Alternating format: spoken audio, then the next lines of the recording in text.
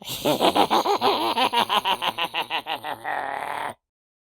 everyone, I'm James, and this is Covetous Imp Gaming, and this week we're going to talk about an important step in your early phases of world building.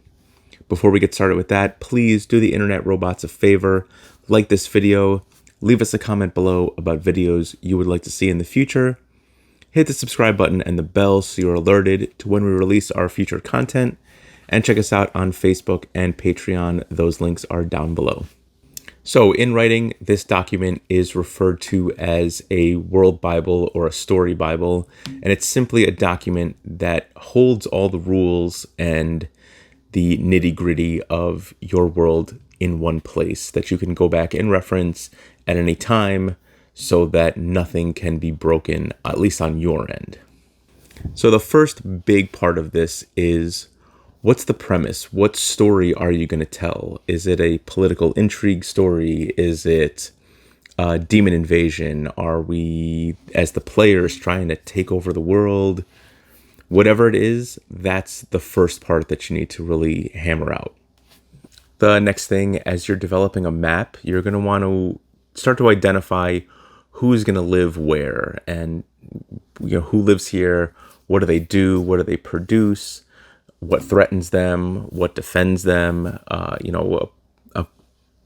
civilization that is tucked into the mountains obviously has the mountains as natural defense and can only really get attacked by one direction.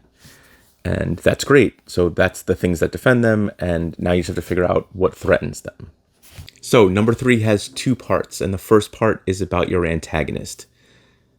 Now, when I think about an antagonist, my favorite antagonist to talk about is Thanos, and I'm going to refer to MCU Thanos because he's the most well-read amongst the Thanoses of the universe. Thanos was a 3-dimensional villain. He saw himself as the hero, and that is important.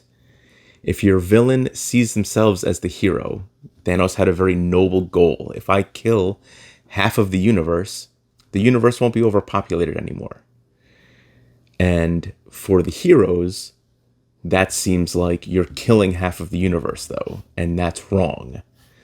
So to make a 3-dimensional villain, you have to have them be the hero in their own eyes, the hero of their story.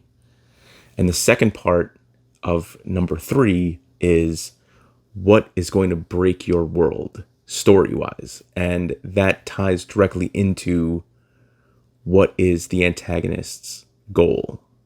One other thing about your villain is they can be the in-your-face, constantly kind of goading the party into a fight that they know that they can't win and their only option is to flee, or they can be the, I'm going to sit in a tower and have my lackeys and minions and generals go out and gather what I need to hatch my evil scheme.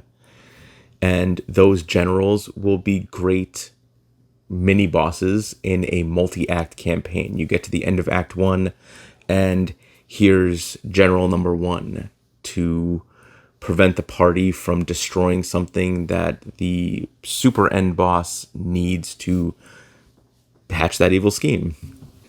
So the next big one is supporting characters, and these are the NPCs that are going to be there for an info dump, or to do a harder than normal battle, or to present the party with a family heirloom that's going to help them much later on, and tell them what this magic item does and how it's going to save them, or how their grandfather used it back in the day. Those characters are super important and can go into whatever document you end up putting together. Your next part is key locations, and these are your major hub cities, a major landmark, or the place that your big bad guy calls home. For your hub cities, you're going to want to identify like royal family, who lives here, the kind of commerce that happens here, and that sort of thing. So the next thing is the world's information. And you start off with defining qualities. How big is the planet? What's the sun-moon situation? So next up is geography. What are the seasons, if there are any? Are we on a desert planet? What are the geographical features? What kind of natural resources get produced? What's the weather like? These kind of things all go under geography. Next up, we've got flora and fauna. What are our common animals, our common plants? What do people do for agriculture? Next up comes historical background. And as you get further down the rabbit hole of world building, you'll start to come up with wars that happened in the past, myths that exist, natural disasters, even down to how was your world created.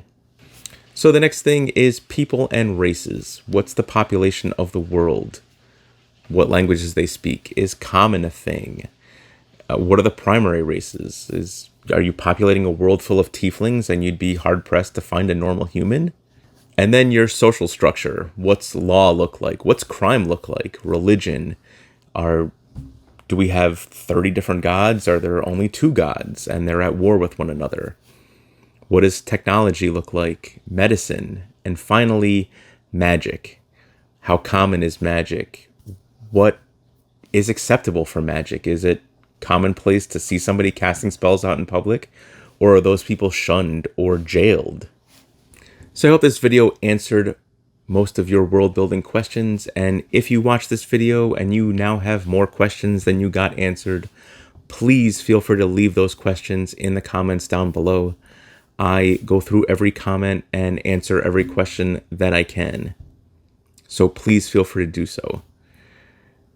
If you are interested, we do have a patron-only Discord server, and I'm hoping that at some point that will grow to the point that we're able to do live streams and do city building or world building and things like that live, and then post those videos to YouTube later. That being said, there will not be a video next week as I will be out of town GMing at Gen Con. The week following will hopefully be a review of Wild Beyond the Witchlight, assuming that distributors and the world don't go up in flames between now and then. Thanks for watching. We appreciate all the support, and I will see you guys in 2 weeks.